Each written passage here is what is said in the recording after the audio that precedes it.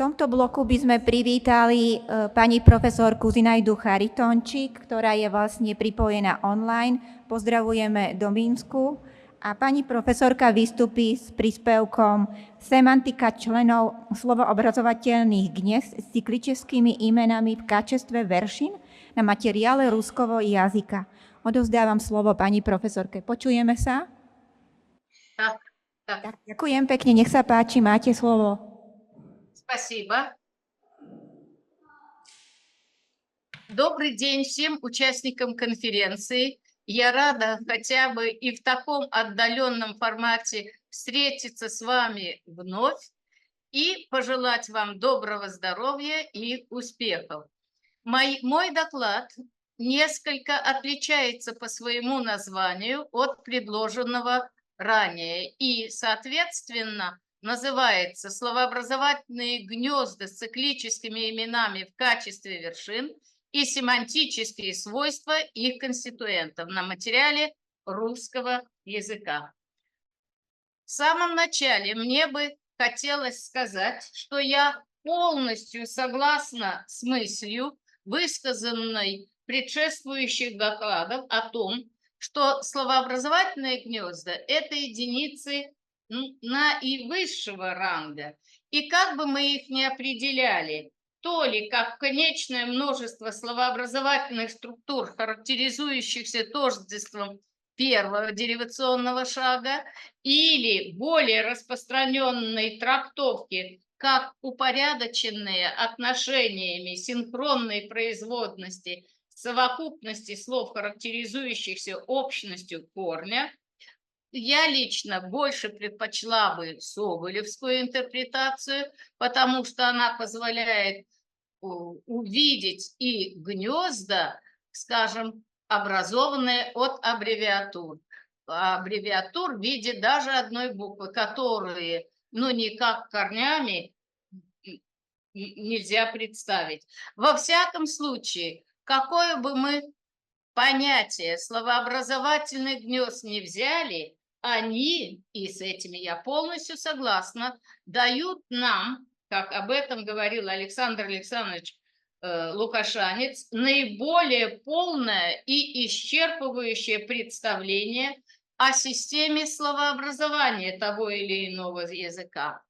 Но я бы не хотела ограничиться именно с этим ракурсом, то есть характеристикой системы словообразования. Мне кажется возможным подойти к видению словообразовательных гнезд, описание которых дает нам возможность уловить номинативный потенциал лексической системы того или иного языка. Номинативный потенциал и, соответственно, те единицы, которые используются говорящими для решения самых разных когнитивных, коммуникативных, культурных и так далее задач.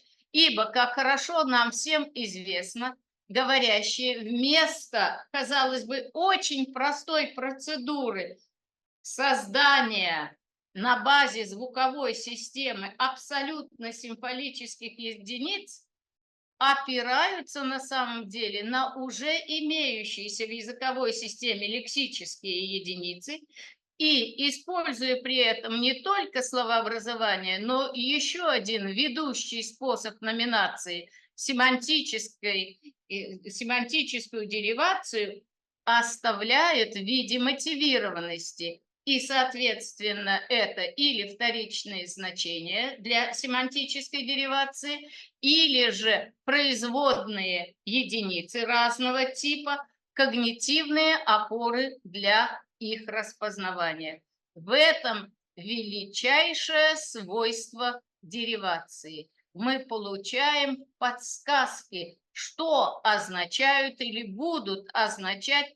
Подсказки не абсолютные очень часто, но об этом будет идти речь. И, соответственно, словообразовательные гнезда в ракурсе номинативного потенциала лексической системы раскрывают нам широкие возможности проспективного подхода, то есть от исходных единиц к тому, что можно получить на их базе. Pani И profesorka, neviem, či prezentácia sa posúva. Sme na druhom slajde s vami. так, Druhý slajd vidíme iba. Aktívnosť na imenovaní vremen года. Je to v poriadku? это так и есть. Ako? Pardon. Более того, уже проведенные исследования, а тоже нам хорошо известно, что они активно проводятся, начиная с 70-х годов, на материале разных языков, позволили утверждать, что далеко не все, порой только 1/3, порой только 30, в некоторых случаях 40, но никак не вся лексическая система оказывается задействована в деривационных процессах, в том числе и в словообразовании. И, соответственно, вот мне кажется совершенно правильной мысль Александра Александровича о включении слов с нулевой активностью также в словообразовательный словарь. И это позволит нам увидеть оппозицию слова пассивные, слова активные. Но, соответственно, как только мы разделяем эти две группы слов, становятся очевидными вопросы, которые так или иначе возникают при описании словообразовательных гнезд. То есть, и эти вопросы прозвучали в уже проделанных докладах, это вопросы о факторах, которые определяют или пассивность, или активность, словообразовательную активность. И, соответственно, на повестку дня среди актуальных проблем современной теории словообразования возникают проблемы объяснения, с одной стороны, наблюдаемой избирательности лексических единиц в качестве вершин словообразовательных гнезд, а затем различий производящей активности и, соответственно, в объеме, глубине и семантическом характере единиц словообразовательных гнезд. Вот, соответственно,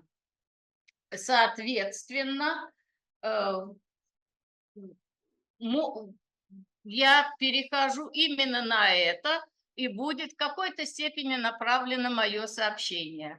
Исходным тезисом моего исследования является то, что семантически я хочу провести аналогию между семантической деривацией и словообразованием. Уже можно считать доказанным, что семантический потенциал, лежащий в основе многозначности, то есть семантической активности имени, зависит не столько от его формальных, то есть, скажем, структурных, фонологических, морфологических и так далее характеристик, сколько от множества салиентных характеристик, присущих его основному значению.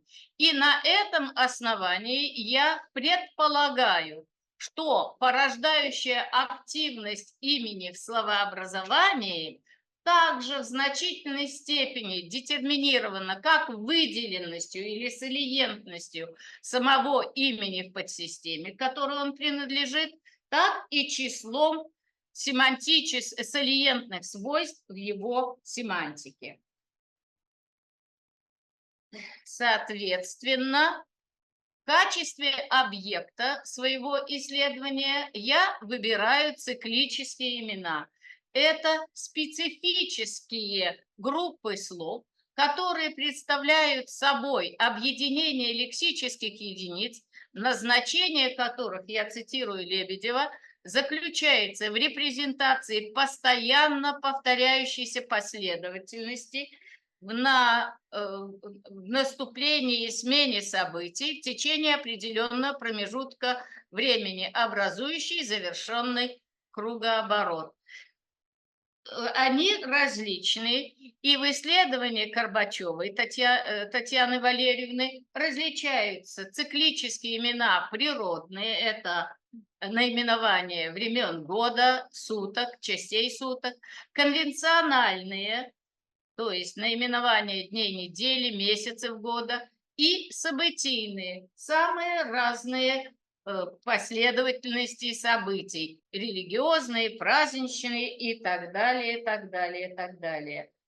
И, соответственно, мне бы хотелось подчеркнуть, что я выбираю циклические имена как объект анализа совсем не случайно. Во-первых, как уже было сказано в определении, им присуще отношение последовательности определенной и повторяемости. Попозже я приведу некоторые дефиниции, и вы в этом воочию убедитесь. Самое главное, что для меня привлекательно, это их равнозначность. То есть в данном случае, опять-таки, мне хотелось бы процитировать уже высказывания лингвистов, которые пишут, нет Pardon, pani profesorka, iba 5 minút ešte. 5 minút. осталось? Dá. 5 minút. Спасибо. A my Нет, vidíme prezentáciu číslo 10. да, да, понятно.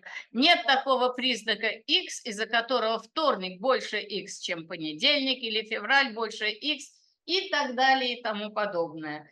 Будучи, вот все циклические имена в этом плане равнозначны, равноправны. Это не означает, что они не отличаются друг от друга, ибо границы могут быть диффузны и так далее. И еще отличительное свойство циклических имен – это их семантическая бедность.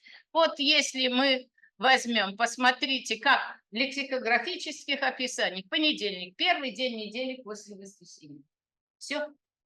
Или можно прочитать дальше вторник, второй день недели. И какой бы мы словарь с вами ни взяли, на самом-то деле семантическое описание этих слов ограничивается 12-й последний месяц календарного года и так далее, и так далее. И вот здесь я могу предположить, что вследствие своей равнозначности их словообразовательная активность также должна быть одинаковой. И тем самым циклические имена будут отличаться от членов лексико-семантических групп, от членов синонимических групп, которые, как уже доказано, различаются своей словообразовательной активностью весьма-весьма серьезно, от нулевой до. В этом отношении я привожу пример зоонимов, в которых или нет никаких производных, или же, вот тоже на слайде вы видите, 114 членов в гнезде. Это слово «рыба». И непонятно, как объяснить кот и слон 12, змея, свинья 45 и так далее, и так далее. Но это ЛСГ. И, соответственно, возможно, что циклические имена в этом серьезно отличаются. Если же реально обратиться к материалу, который получен из словообразовательного словаря Александра Николаевича Тихонова, то мы увидим, что наша гипотеза оказалась совершенно неверной. И, соответственно, разная активность присуща разным членам циклических этих групп. При этом наименьшая активность наименования дней недели и названий месяцев, практически только прилагательные. В недельном цикле не все члены одинаково активны, а выделяются воскресенье, суббота, понедельник.